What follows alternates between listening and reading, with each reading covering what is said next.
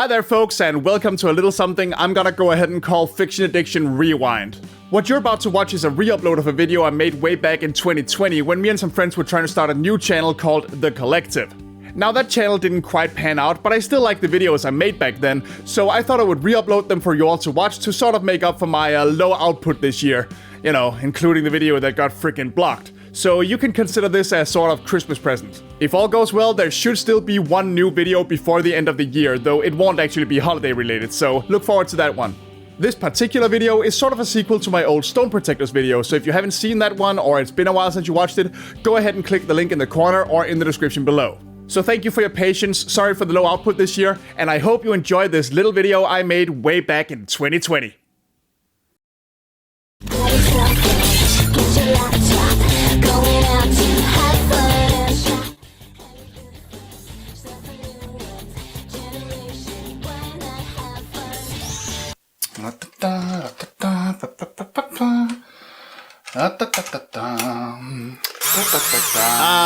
Ash, what are you doing with that stick blender?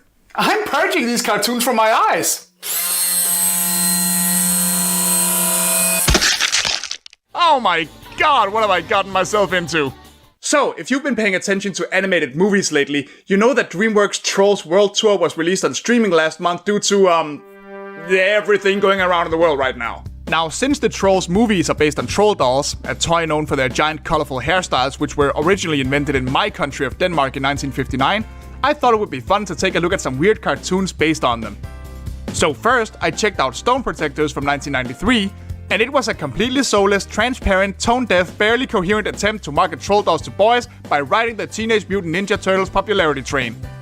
Well, cut to 12 years later in 2005, and toy marketers tried again to make troll dolls relevant. But this time, they doubled down on marketing the troll dolls to girls, since attempting to market them to boys clearly didn't work. And what does a desperate toy company in 2005 do when they want to rake in the other half of all that pocket money going around? That's right, they rip off the BRATZ dolls.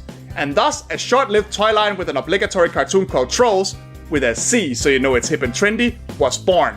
You heard me right. They ripped off the BRATZ dolls.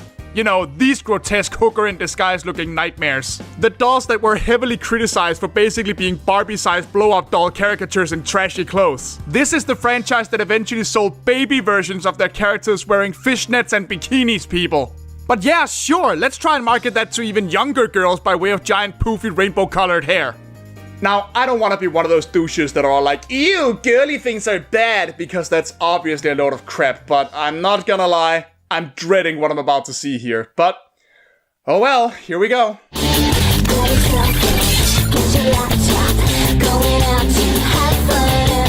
In case the lyrics are too subtle for you, allow me to translate.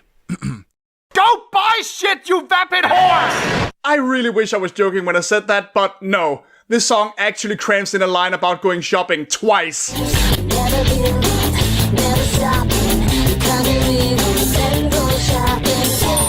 Cause that's that one thing girls do, right? They shop? Like there's nobody here who's ever seen or heard of a girl doing anything else in the history of ever, right? Yeah, that's what I thought. Put it on air! This song is 60 seconds long, by the way, but I swear it feels more like 60 minutes. From the looks of the intro, the one thing this show has in common with Stone Protectors is that, again, our characters have gemstones as part of their bodies. Except this time, they're also named after them. Wow, this Steven Universe pilot is very different from the actual show. Whoa, hey, no, you keep me out of this! Alright, so after we endure that theme song for about 60 years, we learned that this episode about teenage girls hanging out at the mall is written by two dudes. Because of course it is. Shut up! She was all like, so, as if. Oh, good lord in heaven, strike me down if you have any mercy. So this one troll girl, Amethyst, is approaching her friends after having been gone over the summer, only for them to completely ignore her. It turns out to just be a dream she's having, out of fear that they've grown apart during her absence. Her grandma of course reassures her that that's nonsense, and she goes to meet the lot of them so we can be introduced properly to the cast this time. Through a musical number, of course. That's an acceptable substitute for character. 'Cause we are best friends for life. We stand by each other. Let's go! Ab should be here. Time for Trollz. Oh god, they even get a gangster walk. damn it feels good to be a gangster. Do they even need those helmets? I'm pretty sure these chicks could fall off of a 50-story building and their hair would still absorb all the damage. Anyway, there's Ruby, Topaz, Sapphire, and Onyx, the goth one, who has the most hilariously deep voice of the bunch. Come here, you wingnut. This could get us all in major trouble. Sadly, I'm late for my dentist and his dark room of pain. Later. I like to imagine that at some point she takes up smoking and she just gradually transforms into Dr. Girlfriend. When did you start smoking? 1989-ish? By the way, take a wild guess who the dumb one in the group is. Cute boy at 3 o'clock. But it's only 10:30. My watch must have stopped. This dumb blonde ain't nobody's home. Look, the poor boy they're cooing over looks almost as uncomfortable as I feel. Hottie. Styling. He looks like he might be nice. And fun to study with?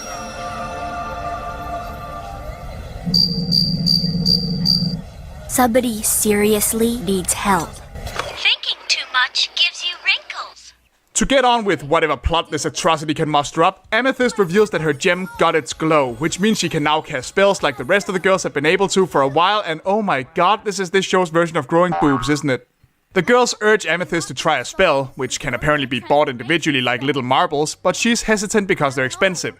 So Ruby decides to be a haughty bitch, shows off that she has tons of spells, and randomly decides to use one on a nearby troll woman without her consent in order to give her a makeover. Drab and dreary walking by. Troll looks pretty as a butterfly.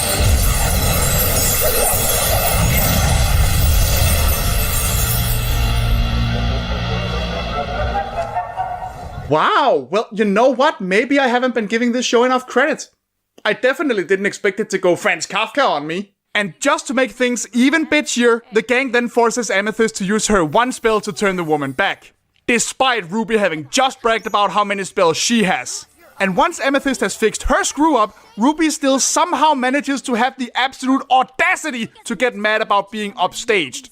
What a charming little lady this one is. So yeah, it turns out Amethyst really doesn't fit in with her friends anymore after all. And I looked through some old videos of hers reveals that Ruby and the others have actually always been jerks and treated her like a doormat. So what does Amethyst take away from this experience, I hear you asking? Does she realize she should speak up more? That she shouldn't be forced to fix other people's mistakes? Or maybe even that she needs to cut out some negative relationships in her life and seek out better friends? I'm gonna try and be like I used to. For God's sake, girl, have you heard of self-respect? Don't ask me. I'm just a girl. Oh, by the way, there are actually boy trolls in this setting that get lines, believe it or not. Like Flint here. So let's see if he has anything worthwhile to say. You gonna order something? Or just sit there like a bump on a log? Bump on a log, not on the bark. Howl like a dog. Ow! And hunt like a snark. Wow. Now that's sweet. What the hell was that? I have no idea what he just said or how it adds up with his look. Is he trying to write a song? A rap? A poem? Is he supposed to be the band guy or the artsy bad boy? Is he an escaped mental patient who's leaving behind logs for the player to find when this city eventually becomes the ironic setting of a post-apocalyptic first-person shooter? We also meet Rock, who is approximately as dumb as one, and who Ruby has apparently decided is her boyfriend.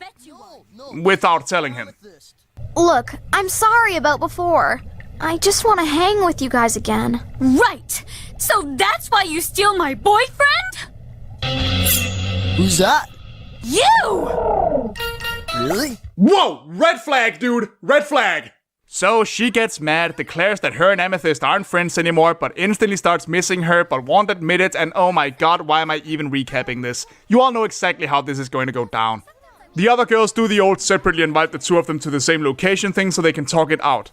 And transform Topaz into an ogre so she can scare the two of them straight by forcing them to work together in order to not fucking die. You know, as you do. Because nothing says best friends forever like threats of physical violence at the slightest hints of interpersonal conflict. Am I right, ladies? Let's buy makeup so the boys will like us. Ah, I knew you'd agree, Toots. And it's okay I changed over the summer? You mean 'cause you grew up and stopped letting us push you around? Yeah, I guess. Oh, so she straight up admits that she's a horrible bitch. That's nice. And with that, everyone is friends again, and I'm finally free to go vomit all of my vital organs into the nearest rusty bathtub. Barf. Now, before any of you say anything, I'm well aware of how ridiculous I'm being right now. I mean, look at me. I'm a 30-year-old man sitting in my living room bitching and ranting about a little girl's cartoon that was made 15 years ago. You don't have to tell me how stupid I'm being. I'm well aware. I just like to make videos like these for shits and giggles. And normally when I review cartoons, I make a point to watch at least 3 episodes for the specific purpose of giving it a fair shake. But I gotta say, I just can't sit through another one of these. This thing is just absolutely heinous, and the problem is not the supposed girl power focus. No, my irritation has to do with just how vapid the whole thing is. It tries to preach good morals and have a striking art style, but all they did was ram a truck full of BRATZ characters into a tree and Frankenstein their corpses together in order to form a screeching, shambling mess of negative female stereotypes. Watching this show is like watching a 12-year-old boy make his first sexist joke about his classmates and then deciding to build an entire cartoon around it with the help of a shitty how-to-draw manga book when it gets a laugh out of his equally douchey friends who don't share a single drop testicle between them. Still, at the end of the day, I'm just a nerd with a camera who likes poking fun of cartoons on the internet.